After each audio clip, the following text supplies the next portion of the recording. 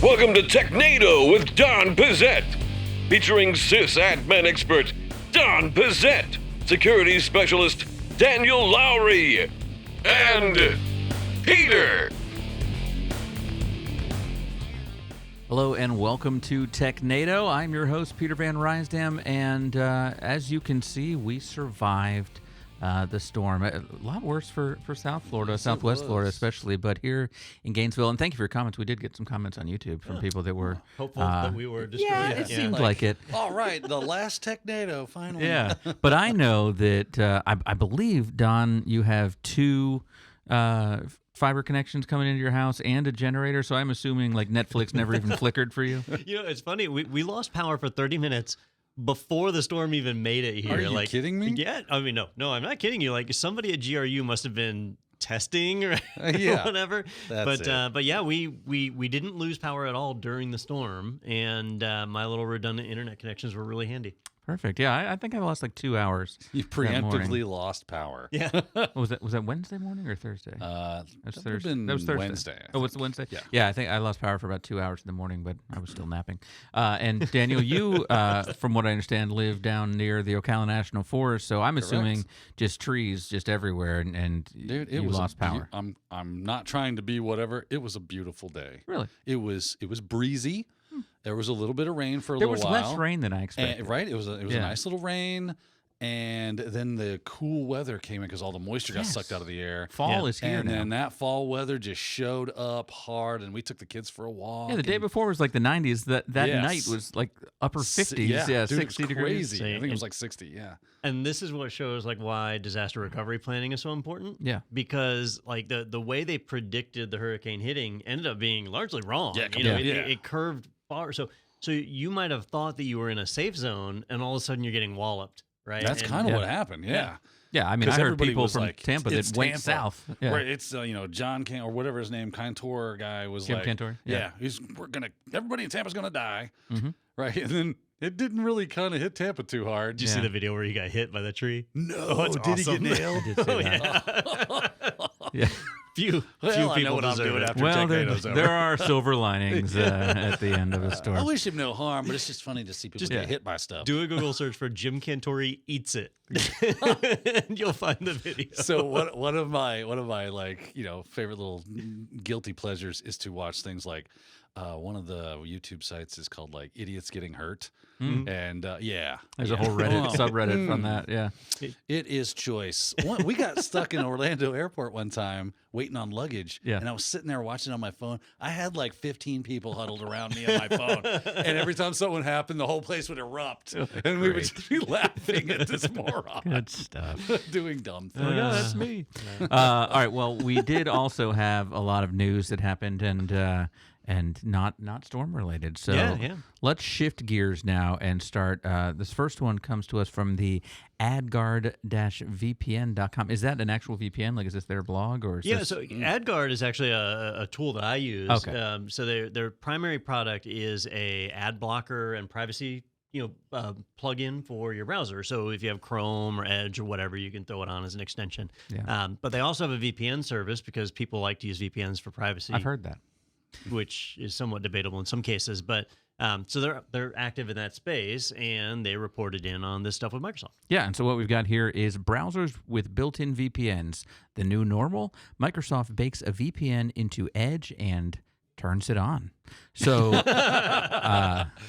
Edge, wow. Yeah, a little tickle Edge there. Technado after dark. Huh? Yeah. So, I think we talked about this before that they were experimenting with that with VPNs built in, but this just keeps getting better the way you're saying this. Yeah, well, in college, they tried it in college once, and it worked out, and just for their anniversary every year. There you go. So.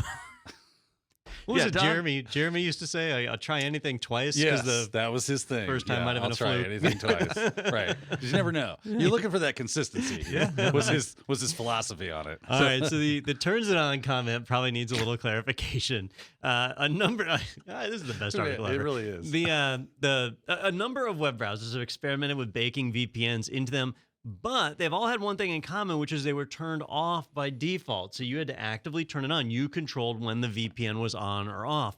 With Microsoft Edge, they're doing testing right now. So this is not in production. It's not even in the like beta circles. It's in the really alpha ring that they do for testing.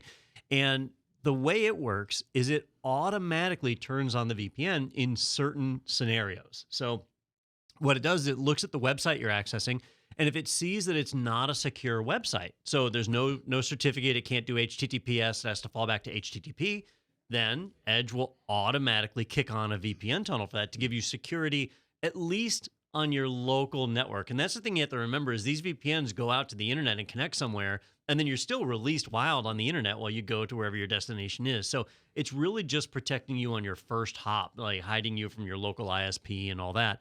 But it does give you some protection.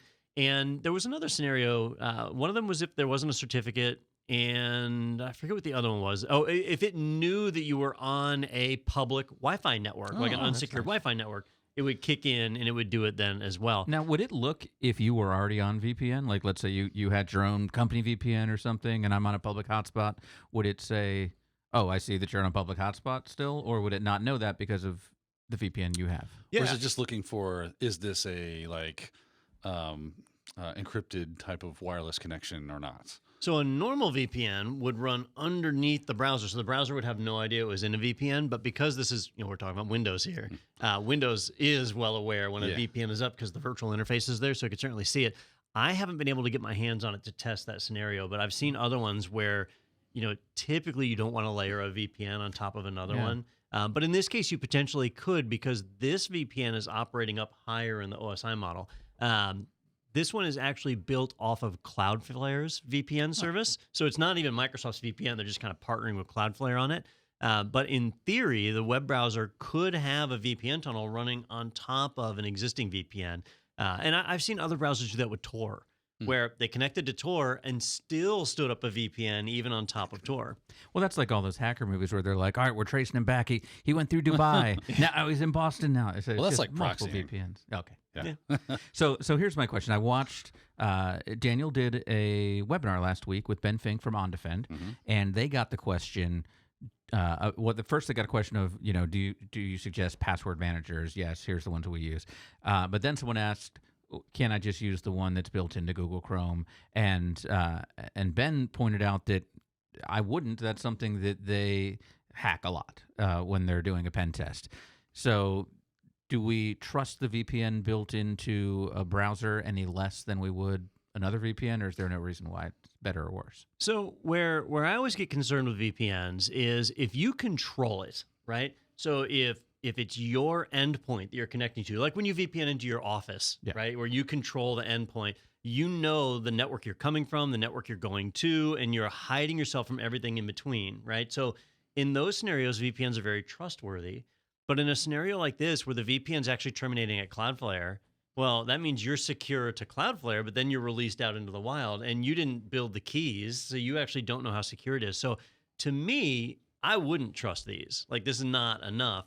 But this is designed for the common person, like the average Joe, and you can make the argument that it's better than nothing. It's like a placebo, almost, right? Yeah. Right, because yes, technically it is doing something, but like security not theater. Really, yes, I like that security theater. Like, hey, look, there's a VPN. It's on. You don't even have to touch it. We just kind of do that for you. If you ever find yourself in an HTTP environment, don't worry. We'll wrap this in a warm and fuzzy VPN sweater, and you'll feel all safe and snug. Yeah. But it doesn't really do anything. It's, what was the old the wireless encryption? The first, wasn't even encrypted. WEP. Thank you.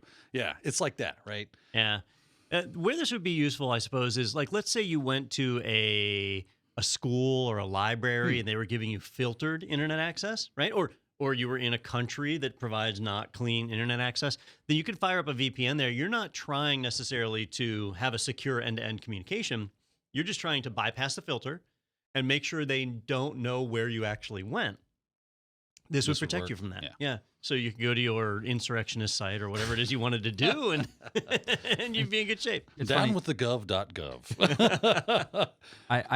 I realize sometimes how much I've learned from like a show like this and being on this, because I'm not the tech guy. But over the weekend, a friend was on a flight and trying to watch the Gator football game, and it was only on the ESPN app. And he's like, and the plane, they block that. I was like, well, why don't you just do a VPN and see if you can? And he's like, what now? I'm like, oh, man. You're like, I'm the guy now. Yeah. VPN. I don't think I get that channel. Let me help you with that. Is that ESVPN or C-SPAN? Yeah. The Ocho. Right. Well, so the last question for you, Don, and to get back to the euphemism, I know they turned it on, but can I turn it off? Yeah, well, absolutely. So just look at it. Yeah, it's in their test release, and so in their test release, there's flags you can turn all this stuff off and on. Yet to be seen how it'll be rolled out in production. Just take it to your Tinder profile. Yeah, turn it right on. Like I am out. Yeah. All right, fantastic. Well, that's a fun one. Let's switch gears now and head over to Gizmodo for some hardware news. Goodbye, Lightning. EU officially demands big tech use USB-C by the end of 2024. And I thought they had already told Apple to not use Lightning, and they had USB-C iPhones over there. Is that not right? So they warned Apple that was coming, but they do not have USB-C iPhones over there because Apple refuses to make them. Now, Apple has signaled that they're willing to do it and that they might do it, but they have not actually committed to doing it. So the EU basically gave them a window of time to potentially remediate on their own. Apple, of course, did not. And so by a landslide of a vote, I think the numbers are in here, it was like 600 to 15 or something. Wow. So a huge landslide. They said, look, tech companies that are making these gadgets need to standardize on a port so customers can reuse their chargers. We're generating too much e-waste for no reason.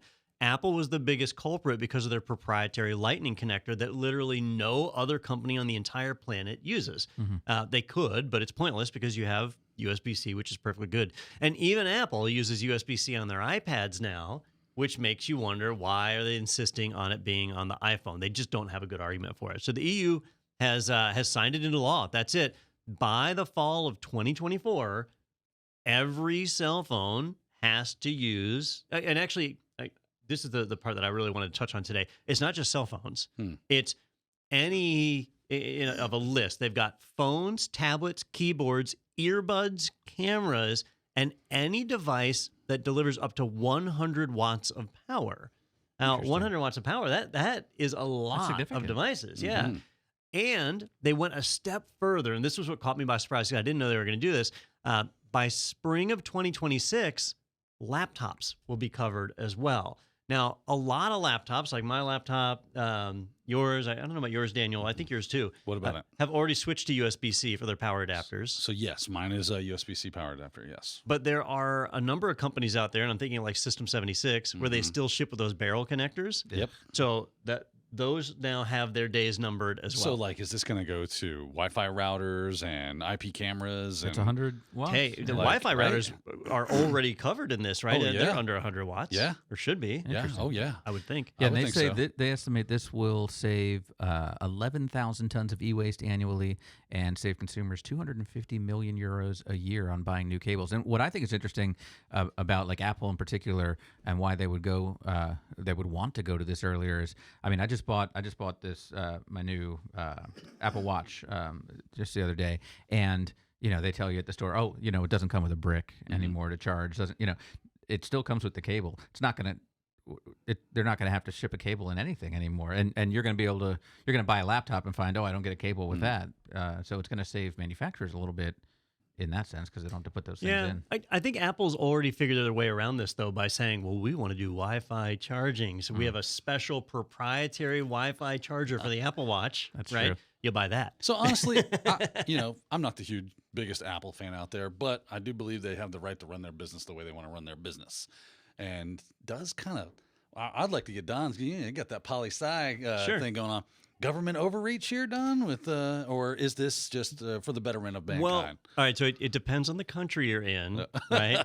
Hey, universal laws don't care what country you're in. This is either morally good or morally bad. If we want to look at the United States of America, it's hard to think that Thomas Jefferson envisioned a world where the U.S. government would tell a company what connector to use on a device they're manufacturing, right? So you could those argue commies over in the EU. Well, next you're going to tell me that I can only put 22 calibers in my thing, and I want 38. And come on, that's the right. more calibers, the better. Son.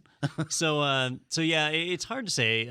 My concern on this one is once something like this gets signed into law, all right, it's going to push companies forward today, but there'll come a point in the future where it's pushing companies backwards. Maybe they would come up with some new connector that's even better. But it's in law that you have to use this. It's in law that you have to conform to the USB-C form factor. We know that governments work efficiently, effectively, and smoothly and quickly on changing things. So who's responsible then for continuing to come up with new cables? Apparently the government. Well, but I mean, the government didn't come up with USB-C, and we have like USB version 2, version 3, and those kinds of things. Does that come from a private company or from an association? So right now, well, if you take USB, right? So there is a committee that defines the standard, right? There's an IEEE standard around this connector, so they define it, and then people adopt it. Now USB-C is tricky because there's the connector, right? But then there's all the various protocols on it. Yeah. So you might have Thunderbolt 4 or USB 3.2 or whatever, and there's going to be confusion there because some of these devices will have a straight-up USB-C port that is solely power and nothing else. Like it won't move any data; it's just for power, and that would conform to the EU's laws. So we'll have to see how that one ends up. It could get really weird, but whoever invents the next connector, right? So maybe it's the USB group, maybe it's somebody else, right? Maybe like FireWire came out of that came out of Intel, didn't it? I don't remember. Yeah, somebody. I never used FireWire, so. Well, these connectors I wasn't come and an go. audio engineer in the mid-2000s. Yeah, so, that's a lot of it. Yeah. So, but as far as like supplying power, there have been a bunch of connectors, like the standard D plug you find on the back of a PC. Somebody came up with that, and now it's a NEMA standard, and so it's locked in. I just use 2 copper wires. I just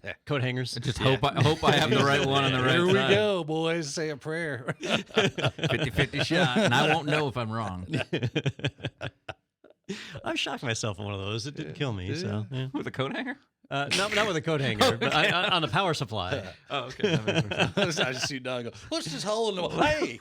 What is he doing? That is. So my mom does have a phenomenal story about when I was a kid in the Philippines, where I took a pair of tweezers and stuck them in a wall socket. Ooh, and power in the Philippines, at least when I was a kid, was special. They had to take a wooden broom to pop me off of the wall. Oh wow! Because I was holding on, I was locked onto it. Yeah, It's like I'm not letting this go. Yeah. I did made it 8 seconds. A vacuum. I was plugging in a vacuum cleaner. I had my thumb on the metal as a kid, and I had to force my hand loose. Well, I won't get into the blame game, but Don and I did have a moment where our cars were connected by jumper cables. That is true. And the jumper cables caught fire. About that because we had them flip backwards. Yeah. And I believe Don incorporated the same philosophy of Don was pulling out tweezers. Yeah, he grabbed a stick off the ground. Piece of wood. We're hitting because no one wanted to grab the flaming cables. Yes, wood is a poor conductor. Yeah. We're just hitting the cables. Yeah, good times. Good stuff. We're still alive. We're still alive. We made it, and we're registered voters. I can't wait to see him do it again. Our vote counts as much as your vote. That's right. All right, let's take a look at our next article from arstechnica.com. High-severity Microsoft Exchange 0-day under attack threatens 220,000 servers. Microsoft said it's working on an accelerated schedule to roll out a patch, meaning there is no patch yet. That is accurate. So Microsoft has validated this is a true vulnerability. It does affect every Microsoft Exchange server that's exposed to the internet. I mean, technically, the ones that aren't exposed to the internet are affected too. It's just hard to get at them. But it does affect them. And on a scale of 1 to 10, it's bad. It does give remote code execution to the attackers. So that means they can do whatever the heck they want once they're in it. And it's been documented in the wild pretty heavily. So if an attacker is able to gain access to your Exchange server, they can get in and then use that to leapfrog to whatever they want on your internal network. So that's obviously not a good thing. The entry point is tied to the web services that are part of Exchange, which are kind of important in order for it to work. So we can't just shut that off. Microsoft's only mitigation they have right now are URL rewrite rules, which is the equivalent of doing like a web application firewall. So if you have a WAF, then you can actually put rules in place to mitigate this and protect it. But it is somewhat telling that we can't just change a registry key or whatever on Microsoft on the Exchange server. This one's pretty bad. Yeah, it's not good. Good news is that you must have an authenticated user for this to work for RCE. So there is that. There's a little glimmer at the end of the tunnel. It's not like you're just like, oh, I'm exposed to the internet and now this is happening. They do have to have at least one user's email address and authentication to be able to make this work. But once they do, it's now I can do whatever I want. And it's funny because then they were looking at when they discovered this, they saw in the logs log files that looked not just similar, but identical to the proxy shell vulnerability that came out last year for Exchange. And people were like, well, the group that discovered it was like, oh, we just did patches. There's no possible way that that's what this could be, right? This log comes after the patch. Therefore, the patch is in place, and it can't be that. So they did a little bit more digging, and they realized it's not that. This is new. Now, cool and scary thing is that all the details are not being released at this point in time. The group that discovered it, I forget the name of them. There's some Vietnamese organization, GTSC. Right? They are the entity that discovered this with their clients. They did the research on this, really good details. If you follow the link in the Ars Technica link article that we're reading, takes you to the technical breakdown of how this works. But after a lot of reverse engineering and red teaming and doing a lot of fancy footwork there, they figured out, okay, it is novel. It is a something serious, a new 0-day that we have to look out for. They've contacted the correct people, submitted this, was verified. So yes, it is. Now, it only affects the on-prem versions of Exchange. It doesn't, if you're running Azure Exchange, you're good, right? So no problem. But if you're running in a hybrid situation, you're half you bad. might as well be not hybrid, right? You've exposed your cloud now because you have an on-prem version of. So there you go. So if you can migrate into Azure Exchange, it's probably a good way to go as far as mitigation right now. But until Microsoft gets a handle on this thing, you're going to have to use some of the mitigations like Don was explaining. Yeah, and those it's actually not that bad. Like doing a URL rewrite rule is not it's not a hard thing to do.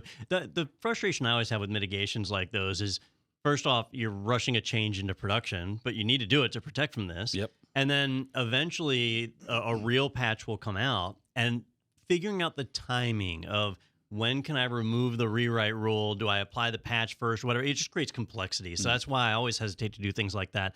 I am a huge fan of web application firewalls, though. I feel like everybody should have those. And this is another example, though, where one could actually save you a lot of trouble. Yeah. I like it. Yep. Yeah, I think interesting hack, though.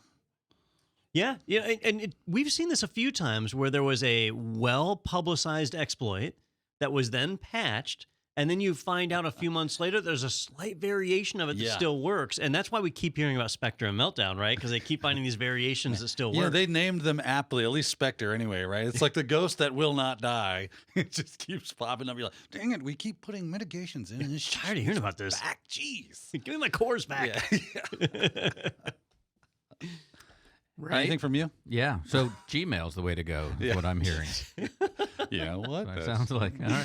It does sort of turn into a commercial for Office 365. Yeah, it kind of right? does. Like, oh, if you were on our cloud service, that you'd be wouldn't have been an fine. issue. Yeah, maybe Microsoft found these exploits themselves. Maybe they're putting them in on purpose. Baked it right in. This just became a tinfoil hat. Yeah, Do I right. need to play that? Wait a minute. Yeah. Put that on right That's there. smart, yeah. Recurring revenue. Do you That's hand me where that it's at. Reynolds? I mean, if you think about it, there is an actual, like a measurable gain. It's better than advertising, right? Like Right. And Don's like, this might not be so far off base. And Because they don't look bad because they're like, we told you to go to the cloud. Right. And we know they got like some weird jinky, dealings with the Chinese government and everything. And they say that everything kind of points to the fact that this is Chinese APT. Well, and Josh Pitts over at Okta was telling us that misattribution, I think is what he was calling it. I was like, oh, who is she? Yeah. Misattribution is super easy. There she because is. a lot of times they'll put in here like, it was Chinese hackers because it was written in Mandarin or whatever. Right. So you could be a U.S. like this could be the CIA for all we know, and that's they're like, true. oh, we'll just write it in Chinese, problem solved. And so Get those Chinese writing guys over here. Yeah. Make some Grab that malware other for me, keyboard. would you? Yeah. Get to work. Just do something. Would you? we're paying you, aren't we? Yeah, we're paying you, aren't we? This could be a good blog post. I want this now. Yeah. why Microsoft should hack themselves. We should just make like almost like an Onion blog where we make everything a conspiracy theory. Like no matter how mundane it is, it's the CIA and Microsoft. Yeah, and Microsoft. It's gotta be illegal, but I'm having a hard time figuring out which. Like, what would it be fraud? It'd be fraud, yeah. Yeah, I think. like wire fraud. What for the CIA? No, if Microsoft had done this themselves. If they were doing this themselves, this would be some type of especially if people are hacked and have monetary loss as a result of it. Because they are gaining monetarily due to. And you'd probably be violating some Federal Trade Commission statutes, I'd imagine. Yeah, especially with an organization as large as Microsoft and they're they're publicly traded. The SEC could get them, right? Yeah, there you go. All right. Yeah. But if Microsoft's China division does it, then how are they supposed to know? Right. It's like Five Eyes, right? It's like we're like, well, we didn't spy on our people. It was Great Britain. Yeah. They just hand delivered it with a bow around They spotted them because we asked them to. Yeah. I mean, did we say that out loud? Yeah. Cut the cameras. All right. Well, let's shift gears now and find out what makes no sense this week. It make no sense. It make no sense. No, it make no sense. What you talking about, Willis? All right, this one comes to us from Engadget.com. Intel and Samsung show off a fun but impractical slidable PC because foldable displays are so yesterday. Which is funny because Samsung's the one that has that foldable phone. They're just all about like weird displays. They're like, we want your display to go away when you're not using it. And this one basically looks like it's like you're rolling out, blueprints or something. Like it kind of stretches out, which is I thought it was funny in the video they were showing it. The dude looked like he was straight up like gorilla gripping the thing to like open it, but he's trying not to look like he was. It didn't gorilla look like gripping it's smooth. Yeah. So I have a theory on that. And for our listeners, I want to try and explain this so the listeners can understand because it really takes seeing the video. Yeah. But it's basically a 13-inch flat panel. It looks like a 13-inch tablet, right? But they pull on it to stretch it horizontally, I guess, and it just gets wider. Right. Yeah. And then, it's like showing more display though. It's like, and it becomes a 17-inch display by the time it's done. So, it's really just adding a few more inches to, there's jokes here. Yeah, yes. But it adds a few more inches. And so now you have a wider tablet that was a little more portable before, which is nice. But the reason I think he's holding it in such a weird way, which I can't really describe, but on the front of the tablet, it's like just his fingertips. Yeah. And you can't really see where his thumb is. And what I suspect is that the screen is curving and going straight back. And so I don't think he can get his thumb back there. And in all the videos, they never show the back of this. You don't think it's curving into a roll? I think it's fake. Oh, no. You think it's fake? I don't think it's curving into a roll. So I think it's real in that it exists. An object in his hand. But they're letting you believe. Well, do you think it's like a DLP monitor with like a big curved back? Well, you just can't see, and it weighs 75 pounds. At CES, and I believe it was Samsung, has that TV that comes up from. I thought it was a roll, like that OLED screen. OLED. Yeah, I do remember them kind of previewing one. So this would be I would assume this was the same technology, but you could be right. I think it's either that or maybe it is rolling. It's such but maybe it's rolling weird. into a much bigger roll. But I think that's in the way, and he can't get his thumb behind it. I think it's going into his chest. Oh, it might be. I didn't think about that. Like it's maybe it's an open wound. Maybe he's actually CGI. Yeah. His name was Data. No Data bot. But yeah, so they show off this device, and again, I'm armchair quarterbacking this one, but it's displaying one image. And it never changes. There's no motion. There's no anything on it. It's just a still image. So how do I even know that this is a screen? It could be 100% fake. Yeah. It's like printed on photo paper. Oh, wow. But I just think I would want to see the back of this to understand where that screen is going. It's got to go somewhere. You're right. It didn't just appear out of thin air. And when they say like, when it's 13 inches is so much more portable. Well, not if there's a freaking roll on the back of it the size of a soda can. Yeah, they're saying it's a flexible plastic substrate. Yeah. It just stretches. Whatever that means. Maybe that's why he's like monkey gripping it so hard, is because it stretches. It's like one of those chest stretcher things that you used to find on the back of a Thigh Master. Those things with the springs. Getting a great delt workout. No. There is a product crossover here. Stretch Armstrong. Yes. There you go. Right? And so you could ship with one of those and you stretch it out. Display stretch strong. Or you close it with your thighs then. Now, that would be near magical if it was actually stretching out and the computer understood how many pixels it was stretching by. That would be amazing. The technology behind that would be really impressive. Again, so how can we push this back to a Microsoft CIA conspiracy? That's the question. Yeah. So in this article, it links back to them showing off that a prototype last year, and that's just photos. They're trying to show something that can be curvable and foldable in terms of a screen. So this is a step forward in that it's a video, but you're right, we only get that brief little video. Now, was this at an in-person event? It says at Intel's innovation event. Sliding it a little bit easier. People might have seen more than this little 15-second clip that we get. Although that's true, all right, and it is an in-person event. But I'm going to play this video. I don't know if we can actually get this in our podcast or not. Yeah. But I didn't notice this before. But watch when he does his demonstration. Straining. But watch when he hands it to the other guy. He even hands it to him weird. Like weird, yeah. And it's like they're intentionally trying to make sure you can't see the back of this. Did you see how firmly he grabbed it right there? I did. And I mean, now you can see his thumb there, though. But his thumb's sticking out. Yeah, so I don't maybe know. he's just like bracing the back. I don't know. But I agree with what you're saying, Daniel, that like they're straining. They are really working to get that thing out. Now, No one- he seemed to have found like a nice groove where it got a little WD-40 smoother. in there. Yeah. Hey, innovation is tough. I get It's it. true. You know, you gotta.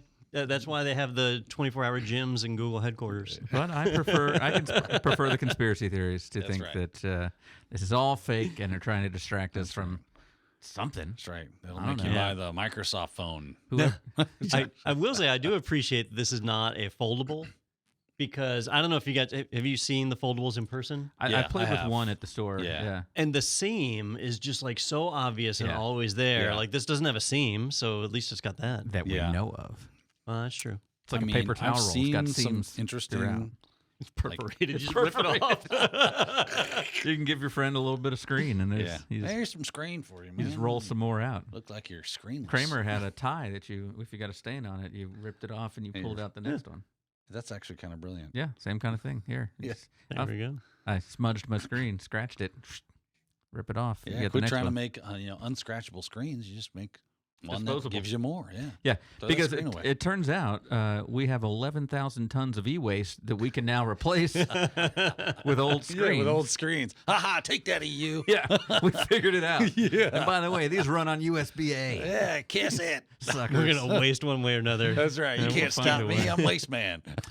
All right. Well, speaking of conspiracy theories, let's take a break and find out who our overlords are, our corporate overlords.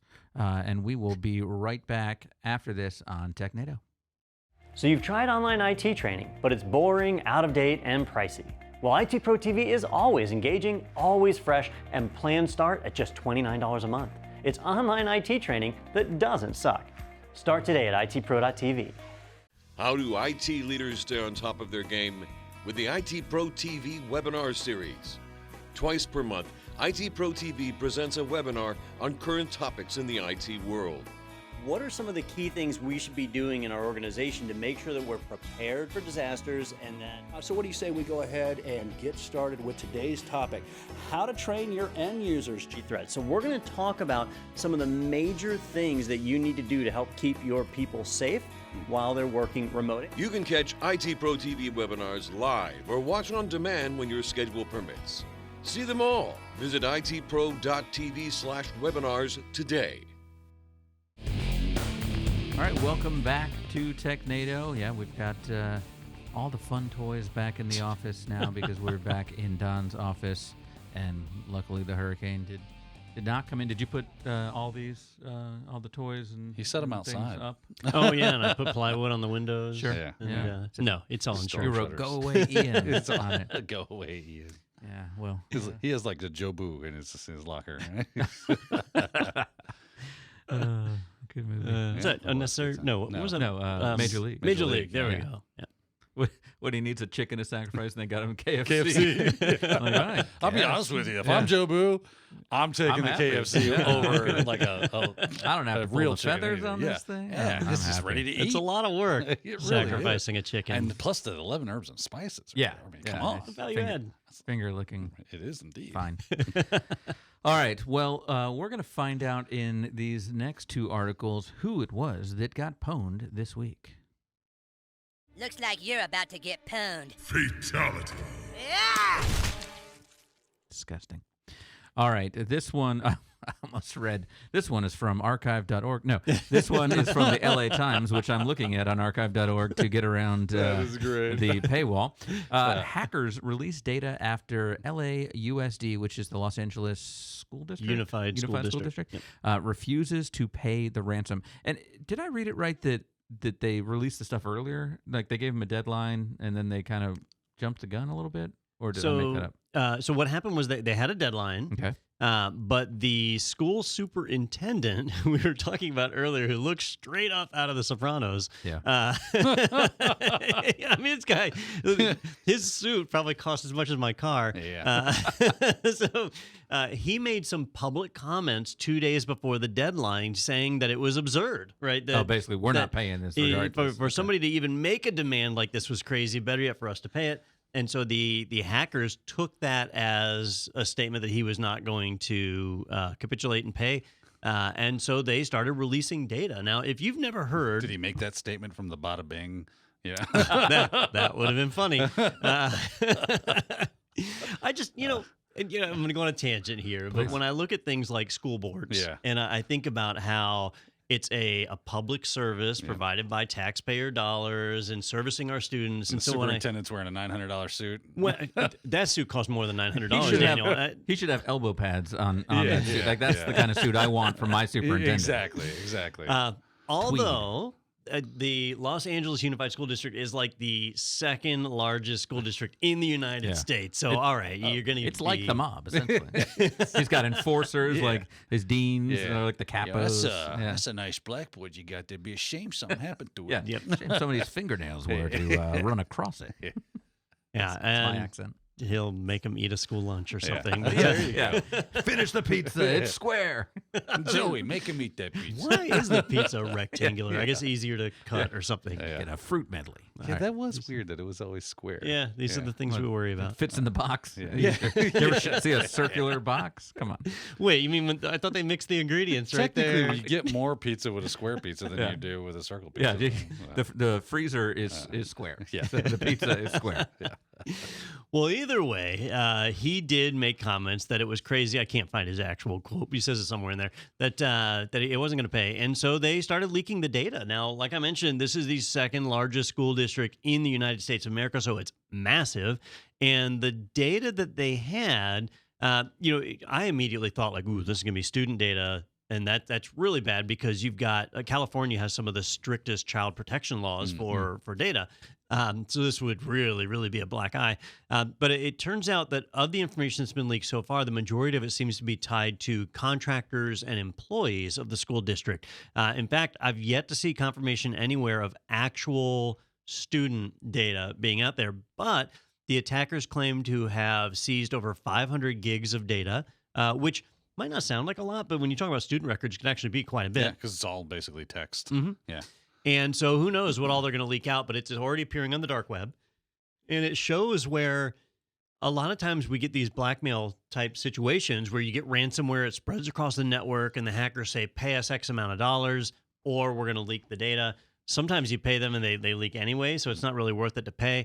And really, for them, for the attacker, there's no reason not to leak the data. And so that's what's happening right now.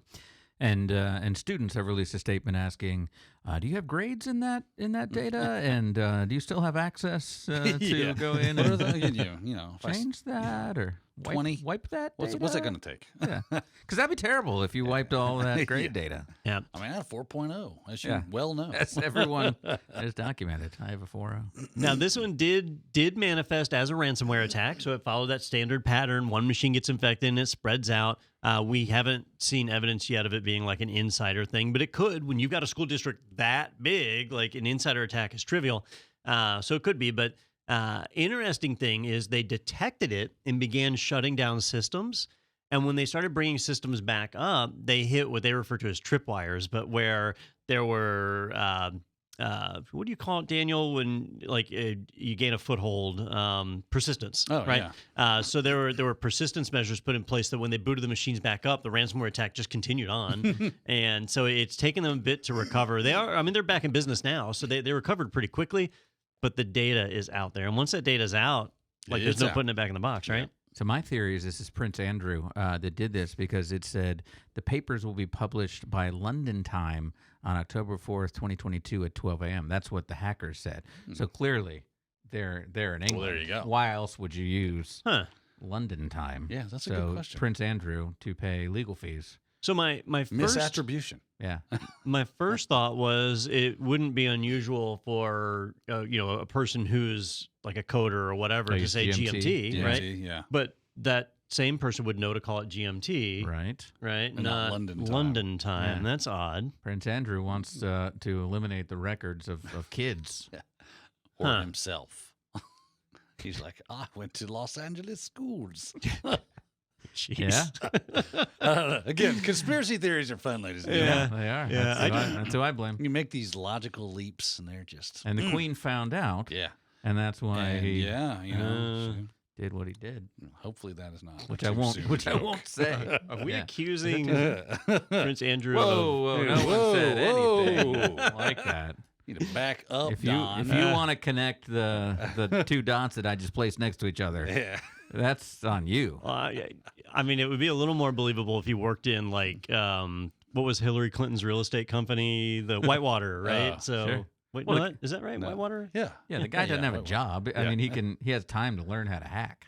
Prince Andrew? Yeah. For whatever reason, now my mind is doing the SNL version of the Queen, right? Where she's like, "Oh yes, this is very nice," and then all of a sudden, Prince Harry leaves, and she's like, "What are you doing here?" Like Cockney. Yeah, it gets all like street That's the slang. best. Yeah. Super funny. Good time. Oh, goodness. All right. Well, what's our lesson to be learned here, Daniel?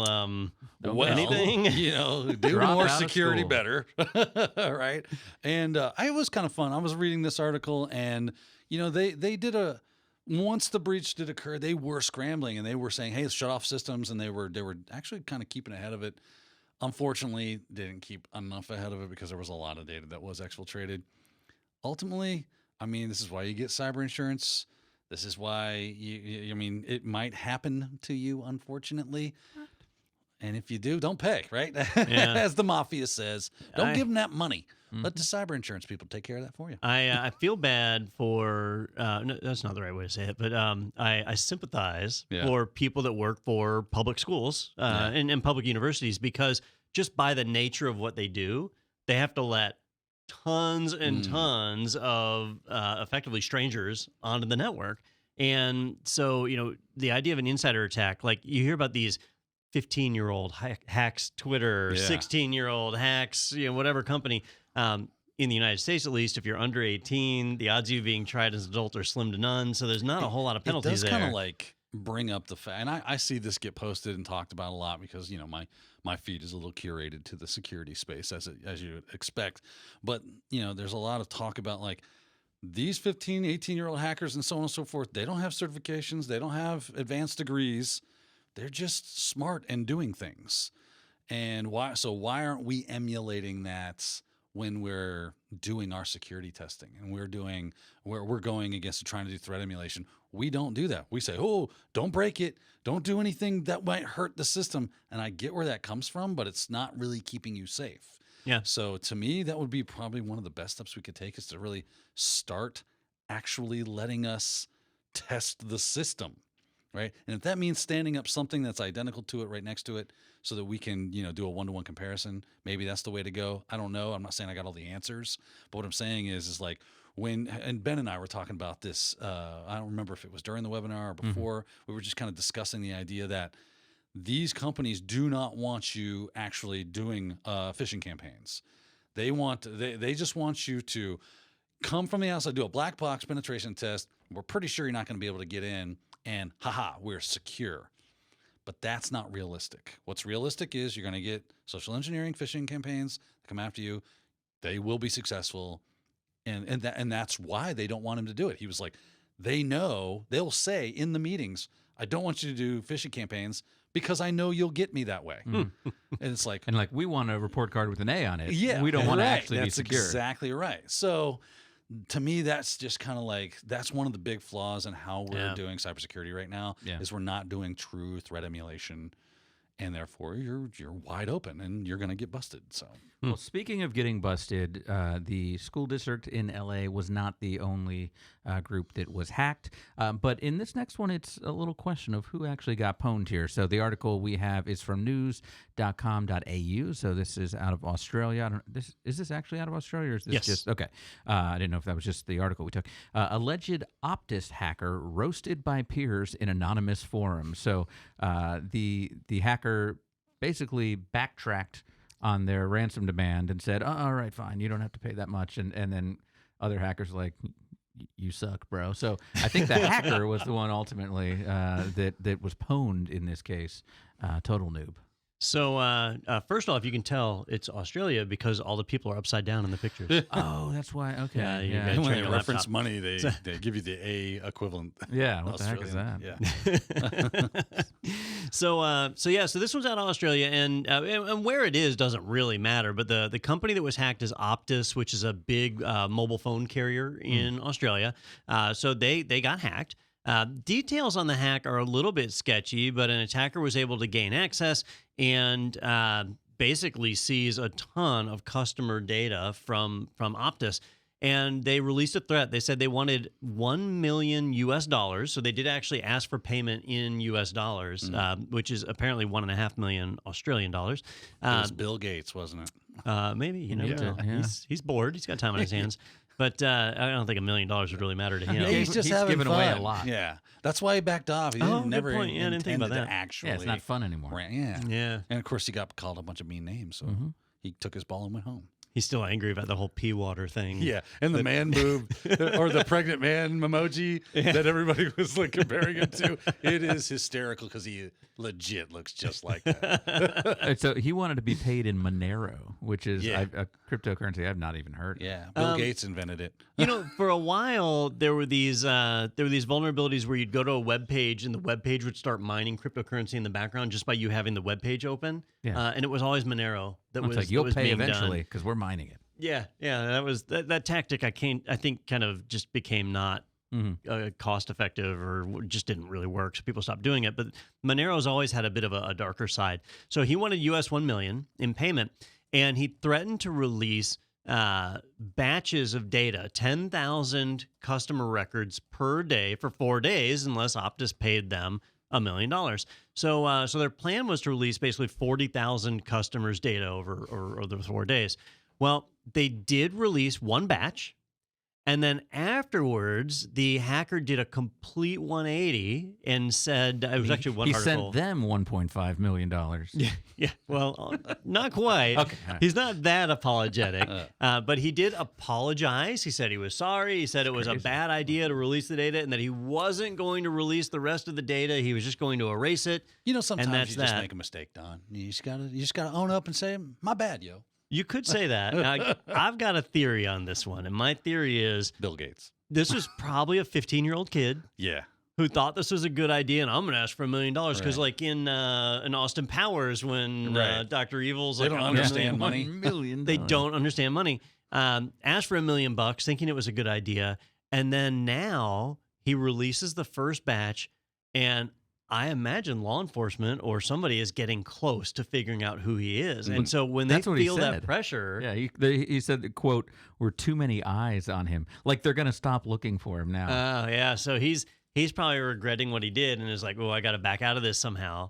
And you know, thinks that if I just apologize and get rid of the rest of the data, it'll make it go away. But I honestly believe that some of these kids that are pulling off the hack just don't realize they could go to jail. Yeah. Yeah, and it's not pleasant. They will definitely try you as an adult. And even if they don't, I mean, the sanctions against cybercrime are getting pretty stiff. So if you like playing with your computer and then you hack someone and they catch you, say bye-bye to your computer, your gaming consoles, your phone. Or you could get a job with the NSA. It is possible. Offer you a job. I don't think they advertise that way normally. It depends on how good you are at this. But I've seen CSI or NCIS where that girl was... No, it's Criminal Minds. She was a hacker, and they were like, "You work for us now." Yeah, that's how it works normally. Classic. Now, if you remember, though, like it was just a couple of years ago that there was the hacker that broke into Apple and stole 90 gigs of data, and then it was popularized because he had all the data in a folder on his desktop label. I have a Red Seed shirt that says "Make Dir Hacky Hack Hack." Yep, hacky hack. Yeah. Right. So I just Googled that really quick to see did he do any jail time, and the headline here is "Teenage Apple Hacker Avoids Jail for Hacky Hack Attack." Did he really? So here's this guy who stole 90 gigs of confidential data from Apple, released some of it, tried to extort them, then claimed it was just goofing around or whatever, avoided jail time. So how do you do that? Well, apparently being punished for cybercrime is difficult. So if you're a kid and you try and extort somebody for $1 million, you might not get jail time. Well, what the hell's the reason of the laws then? I mean, what hey, he felt bad. If you shot somebody, right, they would totally, in America at least, try you as an adult, right? If you were 15 and you took someone's life, they're going to be like, yeah, you're an adult. Not if you apologize. Not if you're like, I am so if you mean it. Sorry. Yeah, because your parents know when you mean it. I was just angry at the time, and I let that heated emotion make me make a bad decision. Yeah. I'm so sorry, Judge. Well, this one, is interesting, and I will be curious to see if they still do. I would catch the person because I would like to see the statistical data, because just because you can pull out one person doesn't mean there aren't 10,000 more that are going to jail every time. There's a movement now, and it's a highly political one, so I don't want to get too deep into it, about equitable sentencing. Huh. I don't know if you've heard about that one, where not every crime is equal. And you hear the stories every now and then about how somebody stole a loaf of bread, but it was their third strike, and they get life in prison. Right. Yeah.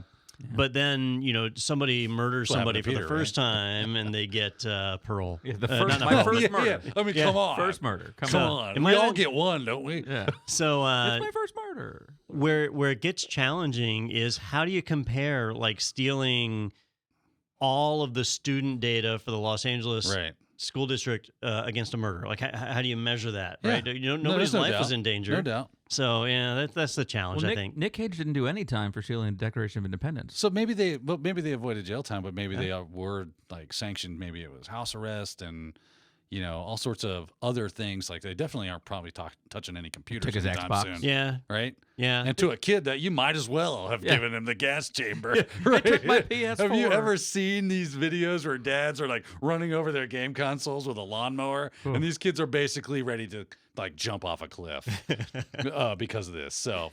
You really want to get the kids, you take those game systems away. Oh, I remember there was an article, this was years ago, so I'm going to date myself, but it was on creative new punishments for your children, right? Because, you're not supposed to hit your children. Yeah. That's a rule. It was, this was back when the PlayStation took memory cards, and it was erase their memory cards. Oh, my God. And they're like, can you imagine, that would be an awesome game show if you have to bring in, like, we have to give us access to your gaming profiles, and if you get the questions wrong, it's... say goodbye to all your Fortnite loot or whatever the hell, right? I was talking to one of our guys from the UK on our team, and he said that they'll play games, just drinking games and stuff, but whoever loses, the penalty will be you get to take their phone and text one person. And it's you're not allowed to text the mom, but anybody else, you could text anything. Game. Text the boss, text, the ex-girlfriend. Huh. Like Richard picks? Whatever you want to. Whatever you want. One text message. What do you? Well, now that would still be illegal. There's got to be like some barriers around it. Is it illegal to send somebody a Richard pick? That's in California now. Is it? I don't know. I don't think it's illegal do that. otherwise. I thought everywhere. The indesent exposure, right? I mean, that's if it's not yours. I need to check. It doesn't have to be. What if it's somebody else's? You're not exposing yourself. I don't know. Or the guy named Richard. I have to imagine that's illegal. I have to contact my lawyer. It's just a bunch of pictures of President Nixon. I don't know where you were going with this. Yeah, but. Dick Van Dyke. Yeah. All right. Well, we gotta end this because this is the longest podcast ever, and I'm going to jail after it. For Richard a variety of things. But I want to let you know, we mentioned a couple times that webinar that Daniel did with Ben Fink, Be Cyber Secure. That is in the archive now, so you can get in there and check that out very soon. and head over to itpro.tv/webinars to do so. Also, we've got another one coming up with Daniel, all things cybersecurity, with Tim Medine. Medine? Who was he with? He's with Red Siege. Oh, yeah. Yeah. That's the one you've been wanting for a while. He is the, I'm pretty sure he's either the developer or was a part of the group that developed the curb roasting attacks. So he's a bit of a smart guy.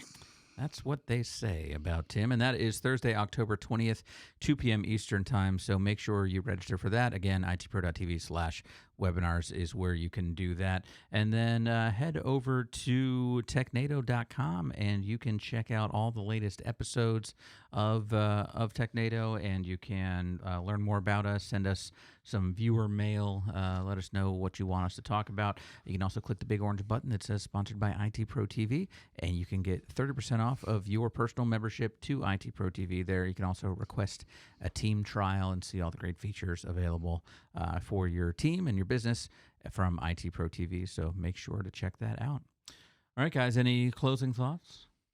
This was the most interesting safe for work, but just barely podcast we've ever done. Yeah, we can justify each thing we said individually, but you put them all together, and it's rough. Inappropriate. Standards and practices are not going to be happy. No. All right, thanks so much for watching, and shocked you made it this far. And we'll see you next week right here on Technado.